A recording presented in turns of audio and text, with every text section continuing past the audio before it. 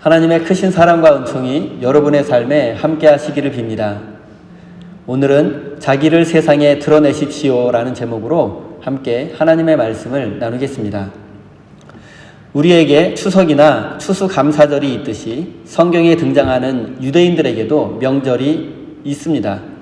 보통 유대인들의 3대 명절이라고 불리는 것은 유월절, 오순절, 초막절입니다. 그리고 이 세 절기는 요한복음에서 특히 중요한 의미를 가지고 있습니다. 그리고 유대인들이 일상에서 가장 중요하게 여기는 안식일도 요한복음에서는 특별한 의미를 가지고 있습니다.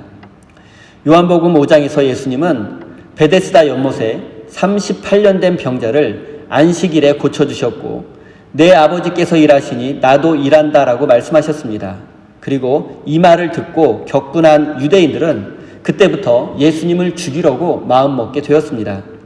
하지만 예수님은 안식일에 생명을 살리는 것이 하나님 아버지의 뜻임을 알려주셨고 안식일을 완성하셨습니다. 또한 요한복음 6장에서 예수님은 유월절 즈음에 오병이어의 기적을 일으키셨고 자신을 생명의 빵이라고 말씀하셨습니다. 예수님은 생명의 빵이신 자신의 살과 피를 먹고 마시는 것으로 영생을 얻을 수 있음을 알려주심으로써 유월절을 완성하셨습니다. 그리고 오늘 본문 말씀에서는 초막절에 있었던 사건을 기록하고 있습니다. 요한복음 7장부터 10장까지는 모두 초막절을 배경으로 하고 있습니다. 그리고 특별히 초막절은 물과 빛과 깊은 관련이 있습니다. 그래서 예수님은 7장에서 목마른 사람은 다 내게로 와서 마셔라. 나를 믿는 사람은 그의 배에서 생수가 강물처럼 흘러나올 것이다 라고 말씀하시기도 하셨습니다. 그리고 8장에서 예수님은 자신이 세상의 빛이라고 말씀하셨고 9장에서 그 증거로 시각장애인의 눈을 뜨게 하여 빛을 볼 수 있게 해 주심으로써 자신이 이 세상에 참된 빛으로 오셨음을 증명하셨습니다. 예수님은 물과 빛과 깊은 관련이 있는 초막절에 자신이 생명의 물과 세상의 빛으로 이 땅에 오셨음을 증명하심으로써 초막절을 완성하셨습니다. 오늘 본문 말씀과 앞으로 살펴보게 될 많은 이야기들이 모두 초막절을 배경으로 하고 있기 때문에 초막절을 이해하는 것은 매우 중요합니다. 그래서 초막절에 대해서 조금 더 살펴보도록 하겠습니다. 초막절은 태양력으로 보통 9월 중순에서 10월 중순 사이에 있습니다. 그리고 한 해 농사를 마치고 추수한 곡식과 열매들, 대표적으로는 포도와 올리브를 주신 하나님께 감사드리는 명절입니다.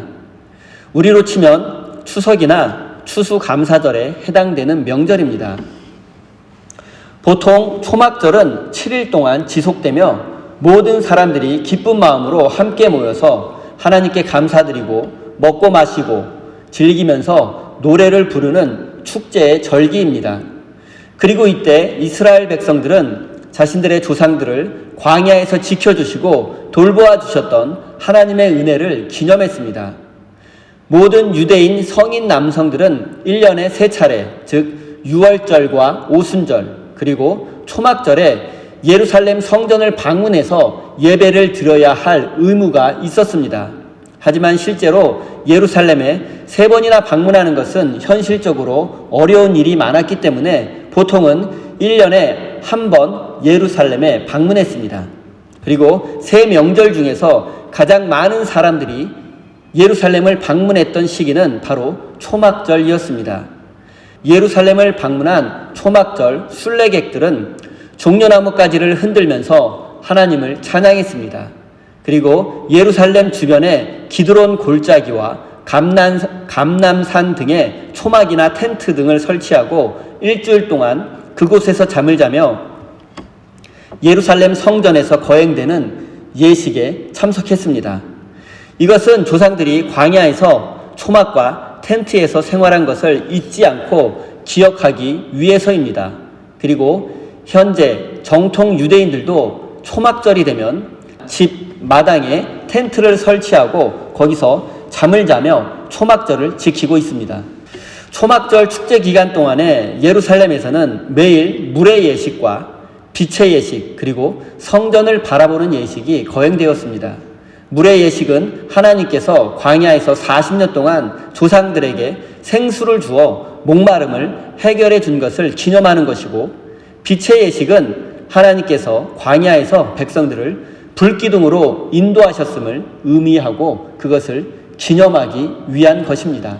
반석에서 샘물나게 하신 하나님, 불기둥으로 조상들을 인도해 주시고 따뜻하게 지켜주신 하나님, 그것을 기념하는 절기가 바로 초막절이고, 궁극적으로 가나안 땅을 향해 가고 있잖아요. 그러니까 가나안 땅, 성전이 이제 세워질 곳이죠. 성전을 바라보는 것, 그것이 바로 초막절의 의미입니다. 그리고 이 초막절에 예루살렘을 찾은 순례객들은 매일 아침 제사장들과 함께 성전에서부터 실로암 연못까지 걸어가며 초막을 상징하는 나뭇가지를 흔들며 하나님을 찬양했습니다. 이 초막절 의식에는 이스라엘 백성들이 광야에서 방황할 때 반석에서 샘물이 솟아나게 하신 것과 불기둥으로 백성들을 지켜주신 것처럼 지금 우리에게도 그와 같은 은혜를 내려주시기를 바라는 마음이 담겨 있습니다. 그리고 초막절 축제 7일째 되는 마지막 날은 축제의 절정입니다. 이날은 실로암 연못에서 물을 길어 성전 제단에 붓는 예식을 7번 반복하고 제사장이 희생 제물을 바치면서 다음에 농사에 필요한 비를 청하는 장엄한 기도를 올리게 됩니다. 그리고 바로 이 기도가 바쳐지던 날, 곧 축제의 가장 중요한 날인 마지막 날에 예수님께서 갑자기 일어나셔서 큰 소리로 목마른 사람은 다 내게로 와서 마셔라 라고 말씀하신 것입니다. 예수님은 이 말씀을 통해서 자신이 생명의 물을 주시는 분이시며 우리의 모든 목마름을 해결해 주시는 구원자이며 초막절의 완성자라는 사실을 말씀하신 것입니다. 초막절 축제에서 중요한 또 하나의 예식은 바로 빛의 예식입니다. 이 또한 물의 예식처럼 초막절 기간 동안 매일 거행되었습니다. 예루살렘 성전 안 여인의 뜰에는 4개의 높은 기둥이 있는데 그곳에 촛대가 7개 달린 대형 황금 촛대가 있었습니다. 사진을 보겠습니다. 보통 메노라라고 불리는 촛대인데 예루살렘 성전 안 여인의 뜰에 설치된 황금 촛대도 첫 번째 사진과 비슷한 모양이었을 것입니다. 예루살렘 성전 안 여인의 뜰에 설치된 황금 촛대도 저 사진과 비슷한 모양이었을 것입니다. 7개의 촛불은 7일 동안의 천지 창조를 의미합니다. 순례객들은 이 촛대 아래에서 춤을 추고 제사장들은 시편을 읽으며 하나님을 찬양했습니다. 초막절 축제 때 황금 촛대에 불을 밝힌 이유는 하나님께 감사드리기 위함이었습니다. 광야의 백성들을 불기둥으로 인도해 주신 것과 그리고 어둠 속을 헤매고 있는 이방인들이 개종하기를 바라는 마음으로 밝은 빛을 비추었던 것입니다. 실제로 이 대형 황금 촛대는 높이 30m 기둥에 설치되어 있어서 그 빛을 아주 멀리 떨어진 곳에서도 볼 수 있었다고 합니다. 이 황금 촛대는 너무 높았기 때문에 사다리를 타고 올라가서 기름을 보충했습니다. 초막절의 황금 촛대에서 어둠을 밝히는 빛은 세상 모든 사람들이 빛이신 하나님 앞에 나오기를 바라는 마음이 담겨 있는 것이고 예수님은 그 축제의 절정이었던 마지막 날에 나는 세상의 빛이다 라고 말씀하셨습니다. 뿐만 아니라 9장에서 태어날 때부터 시각장애인으로 태어난 사람의 눈을 고쳐주어 그가 다시 빛을 볼 수 있도록 해주심으로써 당신이 세상의 빛이라는 사실을 증명하셨습니다.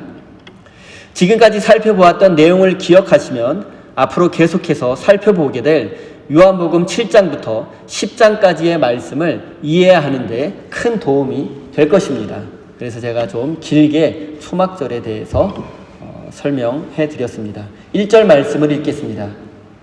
그 뒤에 예수께서는 갈릴리를 두루 다니셨다. 유대 사람들이 자기를 죽이려고 하였으므로 유대 지방에는 돌아다니기를 원하지 않으셨다. 예수님은 유대인들이 자신을 죽이려고 하는 것을 아시고 예루살렘을 방문하지 않고 갈릴리 지역에서 주로 활동하셨습니다. 그리고 예수님을 죽이려는 유대인들은 요한복음 5장에 언급된 유대 지도자들이었습니다. 그들은 예수님께서 안식일에 베데스다 연못에서 38년 된 병자를 고쳐주시고 내 아버지께서 안식일에 일하시니 나도 일한다고 말씀하신 것을 두고서 신성 모독으로 판단하고 그때부터 예수님을 제거하려고 했습니다. 여러분 복음서를 읽어보면 예수님이 주로 갈릴리 지역을 중심으로 갈릴리를 기반으로 활동하시잖아요. 그 이유 중에 하나가 유대에 가면 이제 예루살렘을 중심으로 하는 남쪽 유대의 지역으로 가면 유대 권력자들에 의해서 예수님이 빨리 죽음을 당할 수 있기 때문입니다. 근데 예수님은 자기의 때가 되지 않으면 예수님이 죽음을 두려워해서가 아니라 성경을 읽어보면 예수님은 자기의 때, 자기가 죽어야 할 때를 아시고 그 때가 되어서 그때가 바로 유월절인 거죠. 유월절 어린 양이 되기 위해서 스스로 유월절 어린 양이 되심으로써 유월절을 완성하려고 하셨던 것이죠. 그래서 요한복음 1장에 보면 세례 요한이 예수님을 향해서 보라 세상 죄를 지고 가는 한 마리 어린 양이로다라고 말했거든요. 이제 모든 것들이 이제 유대인의 절기를 명절을 다 떠올리게 하는 내용들이라고 할 수 있습니다. 그들은 예수님께서 안식일에 신성 모독을 행했기 때문에 집요하게 예수님을 죽이려고 음모를 꾸몄습니다. 그리고 예루살렘의 권력자들은 예수님을 제거하려고 호시탐탐 기회를 보고 있었고 예수님은 초막절이 되어도 그들 때문에 예루살렘 성전에 갈 수가 없었습니다.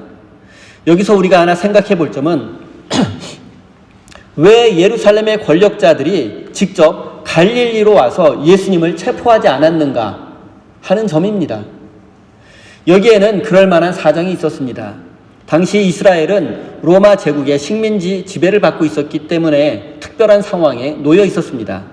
그리고 로마 당국은 헤롯 대왕에게 이스라엘 통치를 맡겼습니다. 그런데 헤롯 대왕이 죽고 난 후에 갈릴리는 그의 아들 중에 하나인 헤롯 안티파스가 다스리고 있었고 예루살렘을 중심으로 한 남쪽 유다 지역은 로마 총독과 사내들인의 예루살렘의 권력자들이 다스리고 있었습니다. 그렇기 때문에 예루살렘의 권력자들이 갈릴리로 가서 예수님을 직접 체포할 수가 없는 상황이었습니다. 예수님은 이 상황을 잘 알고 계셨기 때문에 예루살렘으로 가지 않고 갈릴리에서 주로 활동하신 것입니다. 이제 예수님의 상황을 한번 생각해 보겠습니다. 예수님은 모든 유대인이 예루살렘으로 가야 하는 초막절이 되었는데도 왜 가지 않으시고 갈릴리에 남으신 것일까요? 단순히 고난과 죽음이 두려워서였을까요? 예루살렘 권력자들과의 충돌을 피하기 위해서였을까요? 지금까지 예수님께서 보여주신 모습을 생각하면 두려움이 아니라 무슨 특별한 사정이 있음을 알 수 있습니다. 예루살렘의 권력자들은 예수님을 제거하기 위해서 지속적으로 음모를 꾸미고 있었고 그 사실을 알고 계신 예수님은 그들을 피해서 약 6개월 동안 갈릴리 지역에서만 머무르셨습니다. 왜냐하면 아직은 하나님 아버지께서 정하신 때가 십자가의 때가 오지 않았기 때문입니다. 예수님은 12제자를 파송하시면서 이 고을에서 너희를 박해하거든 저 고을로 피하라라고 말씀하시기도 하셨습니다. 어느 고을에서 너희를 박해하거든 순교하라고 말씀하지 않으시고 피하라고 도망가라고 말씀하신 것입니다. 예수님은 왜 진리를 박해하는 자들 앞에서 당당하게 순교하라고 하지 않으시고 비겁하게 도망가라고 하셨을까요? 그것은 복음을 거부하는 곳에서 의미 없는 고난과 피 흘림을 당하지 말고 복음을 환영하는 곳으로 가서 더 많은 영혼을 구원하기를 바라셨기 때문입니다. 박해와 순교를 온몸으로 받아들이는 것이 옳은가 아니면 그것을 피하는 것이 옳은가? 여러분 이것은 둘 중에 하나를 선택해야 하는 문제가 아니라 상황에 따라서 선택해야 할 문제입니다. 둘 중에 어느 하나만이 옳고 그것만을 강요한다면 그것은 옳지 않습니다. 하나님의 영광을 위해서라면 당당하게 순교를 선택할 수도 있어야 하고 반대로 용감하게 도망할 수도 있어야 합니다. 또한 하나님의 영광을 위해서라면 부와 성공을 포기할 수도 있어야 하고, 또 반대로 부와 성공을 선택해야 하는 순간이 있기도 합니다. 중요한 것은 그때마다 하나님의 뜻이 무엇인지를 알아야 하는 것이고, 예수님이라면 과연 어떤 선택을 하셨을지 묵상해 보아야 합니다. 정말 우리는 이런 순간에 뱀처럼 지혜롭고 때로는 비둘기처럼 순결해야만 합니다. 2절부터 4절까지 말씀을 읽겠습니다. 그런데 유대 사람들의 명절인 초막절이 가까워지니 예수의 형제들이 예수께 말하였다. 형님은 여기에서 떠나 유대로 가셔서 거기에 있는 형님의 제자들도 형님이 하는 일을 보게 하십시오. 알려지기를 바라면서 숨어서 일하는 사람은 없습니다. 형님이 이런 일을 하는 바에는 자기를 세상에 드러내십시오. 예수의 형제들은 예수님에게 초막절이 가까웠으니 예루살렘으로 올라가라고 말씀했습니다. 이제 갈릴리를 떠나 예루살렘이라는 큰 물에서 한번 놀아보라는 뉘앙스입니다. 초막절을 맞은 예루살렘에는 예수님의 능력을 이미 경험했던 사람들도 있을 것이고, 먹고 살기 위해서 다른 나라로 이민 갔던 많은 유대인들도, 디아스포라 유대인들도 있을 터이니 그들에게도 당신의 능력을 한번 보여주라는 것입니다. 그리고 지난주에 살펴보았던 것처럼 갈릴리 지역에서도 이미 많은 사람들이 예수님께 실망하고 예수님을 떠나간 상황입니다.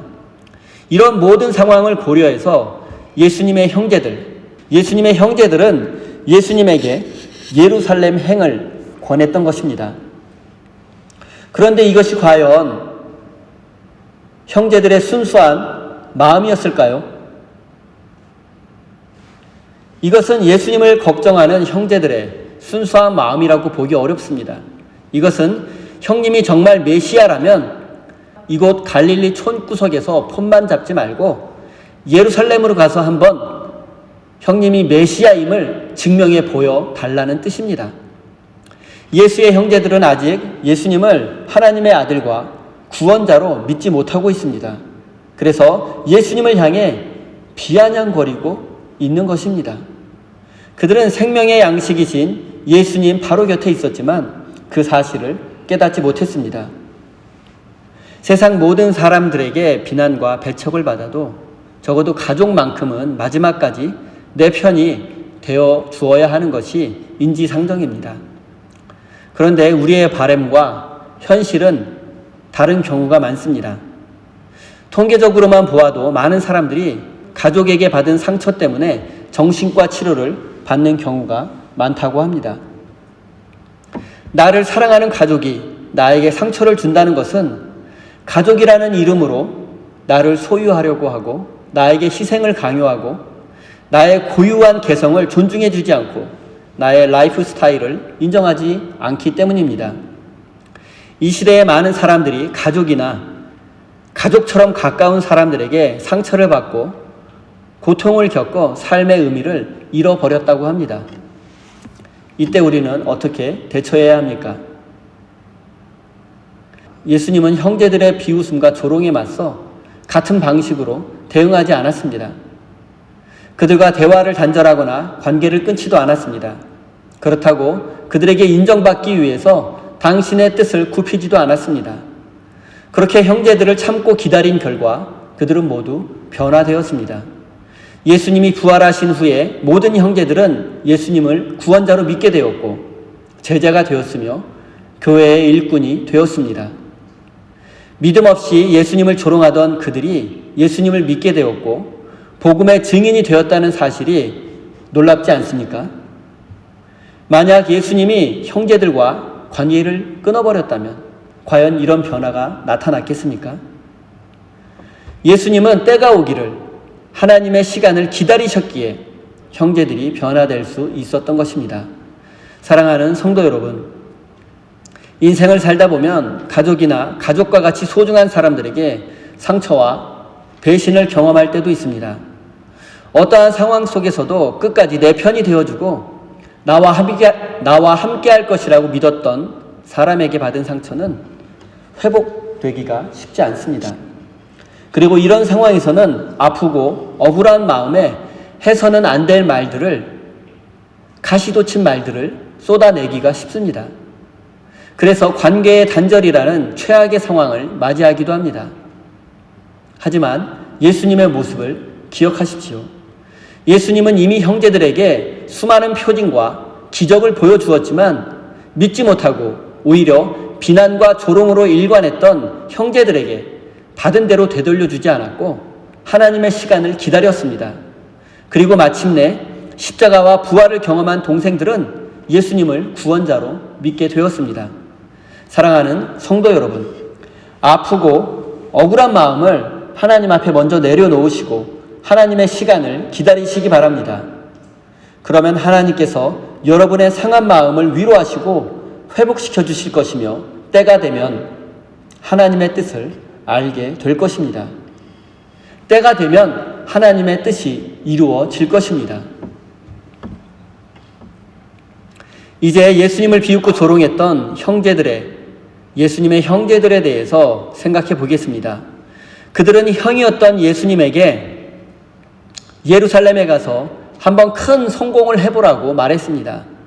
그리고 그들은 예수님을 구원자로 믿지는 않았지만 지금까지 예수님께서 보여주신 기적과 표징들을 종합해보면 예수님은, 우리 형님은 특별한 사람임에는 분명하다는 정도는, 그런 정도의 믿음은 있었습니다.